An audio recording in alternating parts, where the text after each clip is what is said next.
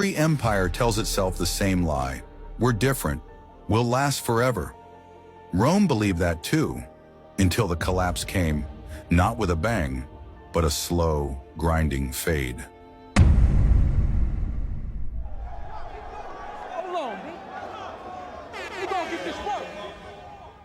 Rome fell for a reason: overextension, economic collapse, civil unrest, loss of public trust. Sound familiar? The US faces record debt, endless wars, political chaos, technological disruption, and a population more divided than ever. But here's the twist. If the US falls, who's ready to rise? Some say China is next in line, a tightly controlled superpower with global ambitions.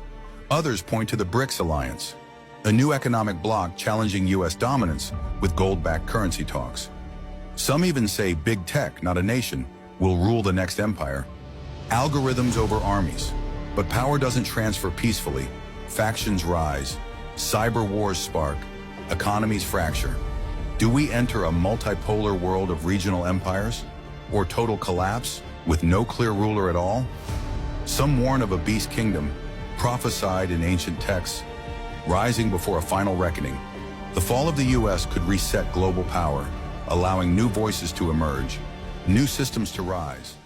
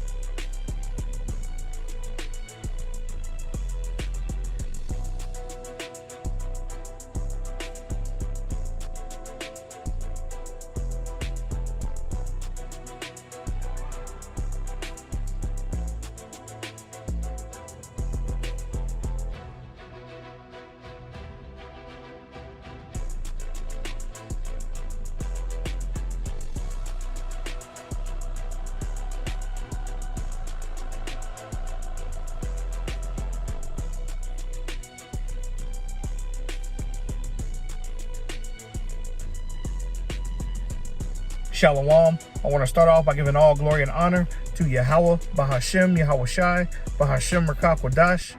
Double honors to the apostles and elders of Great Millstone who rule well, and peace and salutations to the hopeful elect who are continuing to fight and teach this thing of ours in truth and sincerity. I'm the brother Manatazak with GMS Ancient of Days in Los Angeles, currently teaching with the Akim in Sherman Oaks. And today, through the Spirit, I want to get into a lesson going into how Rome will fall again. Now, this Rome I'm speaking about is Babylon the Great, aka America, okay, which is basically, through the Spirit, Rome 2.0. Now, as you've seen in the pre-production of this video, there's a lot of similarities between ancient Rome and modern day Rome, okay? And the reason for that is because America is spiritually ancient Rome, all right? And there's no new thing under the sun. And these different nations, these different kingdoms, they come back in their same lot. And our last captivity, that hour being the so-called Negroes, so-called Hispanics, and so-called Native Americans, who are the true children of Israel according to prophecy, okay, is going to be in Babylon the Great, a nation that is ruled by Esau Edom. Okay, because it's prophesied that when Yahweh Shai, who the world ignorantly calls Jesus Christ, makes his glorious second return, he's going to return to a kingdom that is ruled by the Edomites.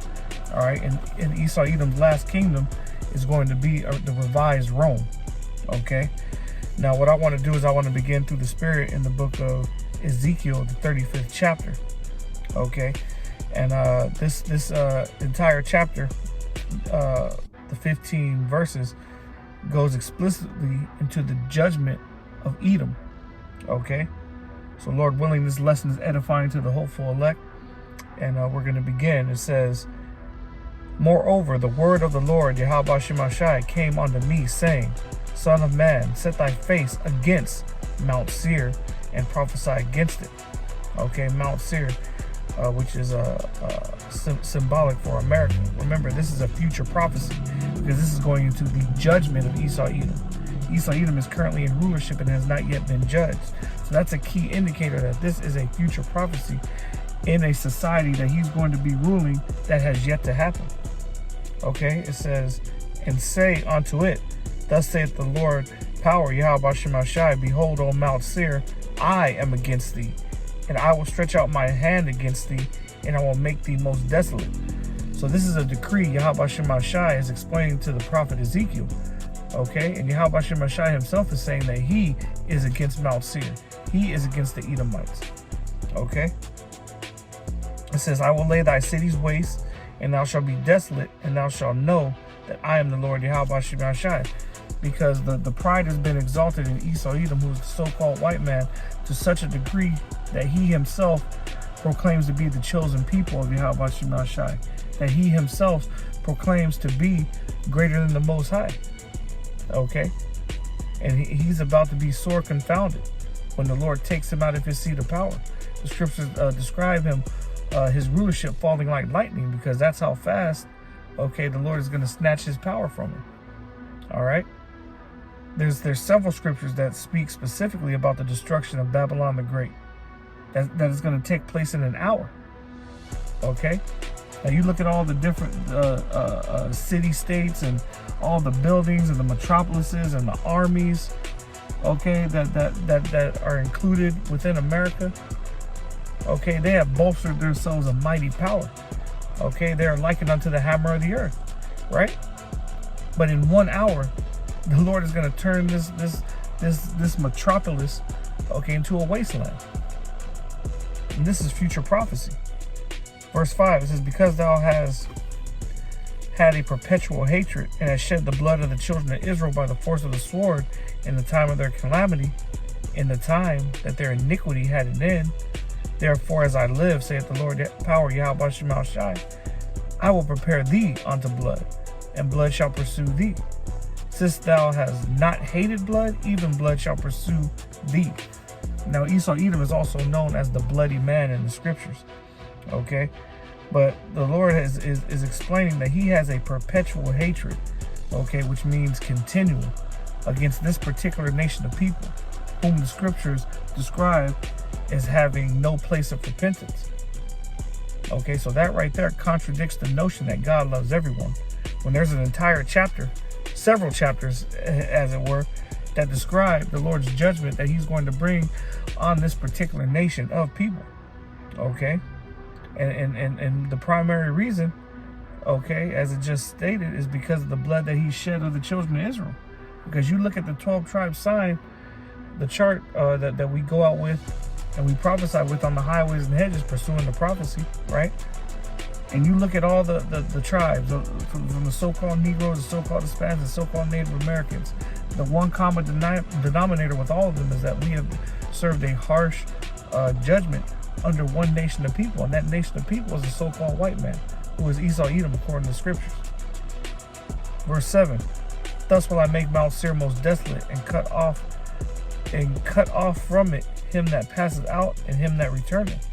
And I will fill his mountains with his slain men, in thy hills and in thy valleys, and on all thy rivers they shall fall that are slain with the sword.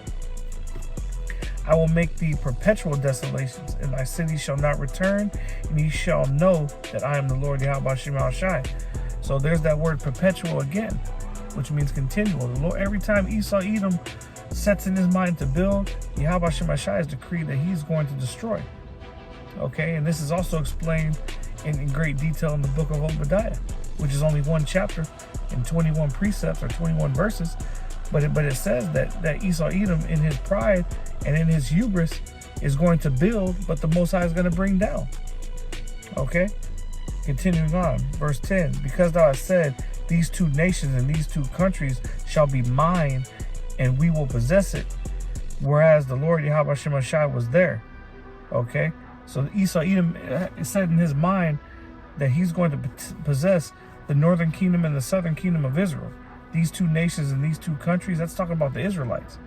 Yeah, the so-called Edomite, or the so-called white man who is Esau Edom, is seeking to possess us. And the way that he's looking to fulfill that in totality is by ushering in this MOTV system, or the Charagma. Okay, by actually branding us as his. Okay, it's not enough that he has us have social security cards and driver's license and passports. He wants to actually patent us by inserting a chip under our skin to control us. Okay, but the Lord is going to confound him in his ways. But there's a lot of Israelites that are going to succumb to that great tribulation, that great time of testing. Okay, continuing on. Verse 11, therefore, as I live, saith the Lord Yahweh Shemashai power, I will even do according to thine anger and according to thine envy, which thou hast used out of thy hatred against them. And I will make myself known among them when I have judged thee. Okay, so this is letting you know that as Yahweh Shemashai has a perpetual hatred against Esau Edom, they too have a perpetual hatred against the children of envy, or the children of Israel, and it's due to envy of us having the birthright and being chosen. Okay, Esau Edom was rejected, and Yahweh Shemashai has not changed. Okay, and this is why Esau Edom fights hand and foot to try to destroy the children of Israel. Okay, to try to get his birthright back, so to speak. But that's not how prophecy is written, and that's not going to happen. Okay, much to his dismay. As the scriptures say, he sought repentance carefully with tears. The reason he sought it carefully with tears is because he knew that there was no way back from what he had done. Okay, from blaspheming the Most High, right? For giving up his birthright. Continuing on, verse 12, it says, and thou shalt know that I am the Lord Yahweh Shemashai, and that I have heard all thy blasphemies which thou hast spoken against the mountains of Israel, saying, they are laid desolate, they are given us to consume. Because they thought that the Lord Yahweh Shemashai was altogether one of themselves, as the scriptures say, because they haven't been judged for the atrocities that they have done and continue to do. But the Lord is tallying up that tab, and he's going to require the blood, okay, off of their hands because of what they've done to the children of Israel. That's why the scriptures say when judgment comes, we're going to do unto them double. And after 1,000 years, they're going to be destroyed as a nation. Okay, this is written and this is prophecy. Verse 13, thus with your mouth ye have boasted against me and have multiplied your words against me. I have heard them. Thus saith the Lord Yahweh Shemashai power, when the whole earth rejoices, I will make thee desolate. As thou didst rejoice at the inheritance of the house of Israel, because it was desolate, so will I do unto thee. Thou shalt be desolate, O Mount Seir, and all Idumea, even all of it, and they shall know that I am the Lord Yahweh Shemashai. So this is beautiful, because during the time of our Israel's destruction, for our disobedience against the Most High, Esau Edom furthered the affliction by saying, raise it, even to the foundations. Okay, they looted our temple, they defiled our land, even to this day. They put themselves in the seat of authority as the children of Israel. Okay, they have done great blasphemies, as Ezekiel the 35th chapter highlights. And it's because of all these things that are both known and unknown that they are going to be judged for it. Okay, and this is the last time that they have to rule. And before they go down, they're going to come down with great wrath, as the scriptures describe. But I wrote down some bullet points that I want to show through scriptures, through precepts, how the fall of Babylon the Great correlates with the fall of ancient Rome. Okay. Now, before I get that, I want to get Isaiah 13, beginning at verse 19. This is the book of Isaiah, chapter 13, which the headline reads, Babylon will be punished. Okay, and this Babylon, and once again, is a future prophecy talking about Babylon the Great. But this is Isaiah chapter 13, beginning at verse 19. The headline reads, the desolation of Babylon. And I'm going to read down to verse 22 to finish off the chapter. It says, "And Babylon, the glory of kingdoms, the beauty of the Chaldees' excellency." The Chaldees, which were the ancient witches and warlocks of Esau Edom, were likened on today as your elite bankers, right? So shall be as when the Most High overthrew Sodom and Gomorrah, okay? And that's another symbolic name for Babylon the Great, okay? Why is it likened on to Sodom and Gomorrah? Okay, well, Sodom, you got the LGBT community, right? And which was Sodom and Gomorrah, you know, which was a total of 5 neighboring cities, which were destroyed because of that. Okay, Babylon the Great has completely encompassed that and took it on. Okay, as a movement, so much to the point now where it's part of the actual culture and the fabric of America. Okay, verse 20: "It shall never be inhabited, neither shall it be dwelt in from generation to generation. Neither shall the Arabian pitch tent there, neither shall the shepherds make their fold there." So, because of the atrocities and the pure wickedness of this land, when the Lord destroys it, it's going to be just like Sodom and Gomorrah is to this day, where nothing grows there, nothing lives there. It is left as a monument of what happens when you defy Yahweh Shai. And that's what's going to be. That's what's going to become of Babylon the Great. It's going to be left as a desert in the kingdom to come, a memorial of what happens when you go against the law, statutes, and commandments of the Most High. Okay, and as the scriptures detail, no one's going to pitch tent there. Okay, there's not going to be shepherds. It's not going to be a dwelling place. It's going to be an actual desert. And the scriptures go on to tell you who's going to dwell there. Verse 21: "But wild beasts of the desert shall lie there, and their houses shall be full of doleful creatures. And owls shall dwell there, and satyrs shall dance there. And the wild beasts of the island shall cry in their desolate houses, and dragons in their pleasant palaces. And her time is near to come, and her days shall not be prolonged." Okay? So this is why we're continuing to hasten the day and the coming of Yahweh Shai.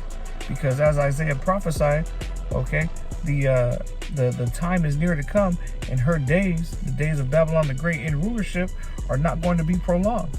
As the scriptures say, though it tarry, wait for it, because it will surely come, it will not tarry. And we're starting to see the signs of the downfall of Babylon the Great now.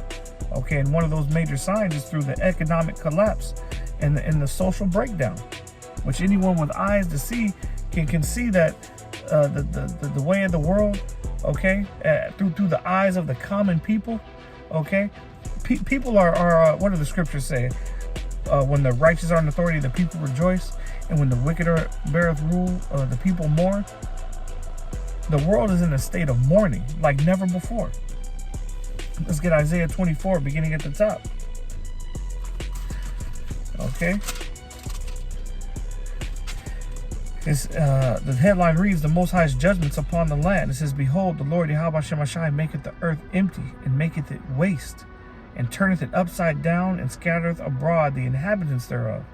And it shall be, as with the people, so with the priest, as with the servant, so with the master, as with the maid, so with her mistress, as with the buyer, so with the seller, as with the lender, so with the borrower, as with the taker of usury, so with the giver of usury to him." And what that's basically saying is things are going to be in such a state of disarray and confusion that it's going to be a class war. Those that used to be up top are going to be brought down low with those at the bottom, to the point where you're not even going to tell who was once the head and who was once the tail. Okay? The way society is now, they basically destroyed the middle class. And it's only a matter of time before people start to get desperate and start to take action into their own hands because of the inflation, the devaluation of their money, the prolonged work hours, but the increased taxes. Okay? These are the times that we're living in. Okay? Verse 3, it says, "The land shall be utterly emptied and utterly spoiled, for the Lord Yahweh Shai spoken his word." Okay? It says, "The earth mourneth and fadeth away. The world languisheth and fadeth away. The haughty people of the earth do languish. The earth also is defiled under the inhabitants thereof, because they have transgressed the laws, changed the ordinance, broken the everlasting covenant. Therefore hath the curse devoured the earth, and they that dwell therein are desolate. Therefore the inhabitants of the earth are burned, and few men left. And this is what's going to happen. This is what's going to be the ultimate recompense to this place, is the second death, or as the scriptures go into further detail, the day of judgment. Okay, where these intercontinental ballistic missiles are going to be shot, primarily aimed here at Babylon the Great, and it's going to destroy this place. Okay, that's what's going to make it a desert, when these missiles touch down and obliterate everything standing. Okay, and that's a future prophecy, and one that's going to be fulfilled in these days.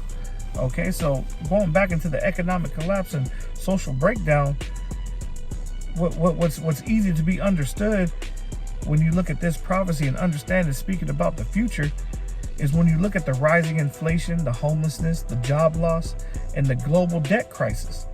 Okay, you look at the debt of the U.S. and it's still continuing to tick down. Okay, and most of the people that own or that are supporting most of that debt are actually not allied to Babylon the Great. And I'm speaking primarily of China. Okay, and you got Trump in the White House throwing these tariffs around like it's not going to be any recompense. These other nations are not standing back and letting America bully them anymore. Okay, you got bank collapses, food shortages. Okay, and then especially out here in LA, the homeless tent cities. Okay, downtown LA is looking terrible. It's like a ghost town. When they say tent cities, they literally mean that. Damn near every block has tents and people setting up communities because they can't afford the housing. Okay, and this is in major cities across the globe, not just the U.S. or not just LA, but all across the U.S. Okay, and that's because of wealth inequality. Okay, wealth inequality. The wages don't match the rate of inflation, so people are getting evicted. They can't afford food. They can't afford gas. These are the ways of the world in which we live. Okay. Next, you got what's going to come because of that is civil unrest. Okay, and the eventual government breakdown, which when you read 2nd Ezra, the 15th chapter, 2nd Ezra, the 16th chapter, it goes into that. I'll get 2nd Ezra 15, just to highlight some points. I'll begin in verse 14. It says, this is the book of 2nd Ezra in the Apocrypha, chapter 15, beginning at verse 14. Woe to the world and them that dwell therein. Woe means destruction. Okay, it says, for the sword and their destruction draweth nigh, and one people shall stand up to fight against another, and swords in their hands, because of the state of the world and the way of life. It's going to lead to civil unrest, and the modern day sword is the gun. Okay, verse 16. For there shall be sedition among men, and invading one another. They shall not regard their kings nor princes, and the course of their actions shall stand in their power. Okay, so sedition among men, that's going into civil war. Invading one another, neighbor against neighbor. Okay, they're going to want what you have. And you're going to have bands of marauders, okay, going around, hijacking people. You see the different movies and TV shows that are out there. These aren't coming out just for entertainment value. This is part of Esau Edom's left-hand magic and sorcery, predictive programming. Before things and events come to play, okay, part of their wickedness, okay, or part of the power of the left-hand side is to show you what they're going to do before they do it. Therefore, in their eyes, they can be blameless because they technically told you what was going to happen before it actually took place. That's part of the deception of Esau Edom, and that's why he's a snake. Okay, it says they're not even going to regard their kings or princes, their presidents, their governors. Okay, in the course of their actions shall stand in their power. That means if they have the power to overtake you for some food, they're going to do it. Okay, if they have the ability to break into your house and hold you at gunpoint, they're going to do it. If you have men out there that are burning and they see something they like Diego, this is my night in the Purge, they're going to do it. The course of their actions it says the course of their actions shall stand in their power. So if it's in their power to do it, especially when there's a lawlessness, okay, they're going to do it. Who's going to stop them? The police, who are constantly being defunded. Remember, the police only respond to a crime that has already been committed. So by the time they show up, the deed is done. It says a man shall desire to go into a city and shall not be able to.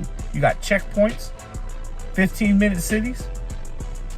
For because of their pride, the city shall be troubled, the houses shall be destroyed, and men shall be afraid. Okay, it says a man shall have no pity on his neighbor and shall destroy their houses with the sword and spoil their goods because of the lack of bread and for great tribulation. These are the times we're coming into. Okay, it's taking place right before our very eyes, and it's going to get increasingly bad, as the scriptures say, the birth pangs, as we get closer and closer to this society's downfall. Okay, so civil unrest, government breakdown, what is that going to? Police brutality. You got the different protests, George Floyd, Black Lives Matter. Okay, don't forget the January 6th Capitol insurrection that took place a couple years ago. That happened in ancient Rome, and it took place again. Okay, and even to this day, you have political division and distrust in leadership. Even though everyone was happy when Trump got into office, now they're starting to have second thoughts. But it's too late now. Okay, the cogs are already turning, as it were. Okay, and then you have the wars and rumors of wars. Okay, global conflict at an all-time high. This was all talked about in Matthew the 24th chapter, which we constantly go into, which was Yahweh Shai basically warning us of the future, the times that we're in now. Let me get Matthew 24:6, and this is red letter, so these are the words of Yahweh Shai. It says, ye shall hear of wars and rumors of wars. See that ye be not troubled, for all these things must come to pass, but the end is not yet. Okay, so this was Yahweh Shai warning us that when we see these things, that we know what time we're in, but it's going to get worse. Okay, the scriptures say that we have to enter into a time like never before, the time of Jacob's trouble. So for all of us that are catching hell, expect it to get worse. Okay, but Yahweh Shem Shai is going to keep a protective hedge over his elect. Okay, because you had the C-19 crisis. Okay, which is trying to come back, which they say is a stronger variant. You got the newly reported Ebola outbreaks. Okay, you got different viruses. These are the pestilences that Yahweh Shai was warning about. Okay, and let's not even forget the natural disasters. Okay, like the wildfires, the floods, the earthquakes, the hurricanes. These are all forms of judgment. And all these things are taking place all across the world, even as I speak. Okay? These are the things that are happening. Okay? And what does that lead to? That leads to moral decay and perversion. Okay? And this is the state of the world that we're in. With a president whose mantra is make America great again. America is anything but. Just look at the way society is. Okay, let's get 2 Timothy 3, beginning at the top. Okay, and this is the Apostle Paul speaking, right? And he's warning of stressful times. It says, this know also that in the last days perilous times shall come. For men shall be lovers of their own selves, covetous, boasters, proud, blasphemous, disobedient to parents, unthankful, unholy, without natural affection, truce breakers, false accusers, incontinent, fierce, despisers of those that are good, traitors, heady, high-minded, lovers of pleasures more than lovers of the Most High, having a form of godliness, but denying the power thereof. From such turn away. And this is a warning. Okay? And what better way through the Spirit to end this lesson by highlighting the warnings that Apostle Paul has given us. And you can expect everything he just named to increase to a level like never before. And that's why the brotherhood is so important. Sticking with those that are of sound mind and truth and sincerity. under the protective hedge of Yahweh Bashim Ashai. That's why men are going to be like fine gold in these days to come. Okay? And I don't know how Yahweh Bashim Ashai is going to do it, but it's prophesied about Isaiah 4:1 and brothers getting spiritual powers and, you know, being led to bunkers with food and being protected from, you know, the stormtroopers that they're going to come door to door, and the marauders that are trying to loot and trying to hunt and trying to kill, right? These are things that are going to take place. It sounds like something from a dystopian novel or some kind of sci-fi movie, but these are things that are going to become our reality. Okay? So modern society, as they continue to glorify wickedness and villainize masculinity, it's going to continue to spiral to a point of no return. And we've already entered that point. Prophecy has told us that. Okay? There is no coming back to the quote-unquote golden age of America. Okay? And once again, okay, some of the reasons because of that is because, one, the righteous are not in authority, the nation of Israel, because we're looking to come out of this and we're looking to be changed. That we, being the hope, the elect, thus doing this work in truth and sincerity, I say that humbly speaking, we're looking to be changed, made righteous, and to establish the law, statutes, and commandments on earth as it was intended to be. Okay? But with these LGBTQ rights and celebrity worship and materialism, okay, this society under the rulership of Esau Edom has normalized the use of drugs and violence in the media to the point now where it's become commonplace to sing and talk about it as if it's not destroying the very fabric of our spirits. Music, movies, okay? That's why we have a low morality now. Okay, that's why it's all the more important for those of us that have this truth and sincerity to go out and, as the scriptures say, prophesy against Mount Seir. Okay? Continue to champ Babylon down. Okay? Because we're coming into a time where Yahweh Bashim Ashai is going to he's going to openly bless those that have been doing this work in truth and sincerity. And that can't be highlighted enough, especially in the times that we're in now and everything that's being revealed amongst these camps. Truth and sincerity. If you're not sincere in this thing, Yahweh Bashim Ashai is he's gonna expose you, and he's gonna do it to the fullest and make an example out of you for all of Israel, just as it was done in the ancient times when those of our nation went off. It was public executions, public shaming. And we're seeing that now at a high level. So Lord willing, you know, this lesson was edifying to the hopeful elect. I want to give all glory and honor to Yahweh, Ba'ashem Yahushai, Ba'ashem Rakakadash. Double honors to the apostles and elders of Great Millstone who rule well. And peace and salutations to the hopeful elect for continuing to fight and teach this thing of ours in truth and sincerity. This has been your brother Manatazak, and Rome will fall again soon. Shalom.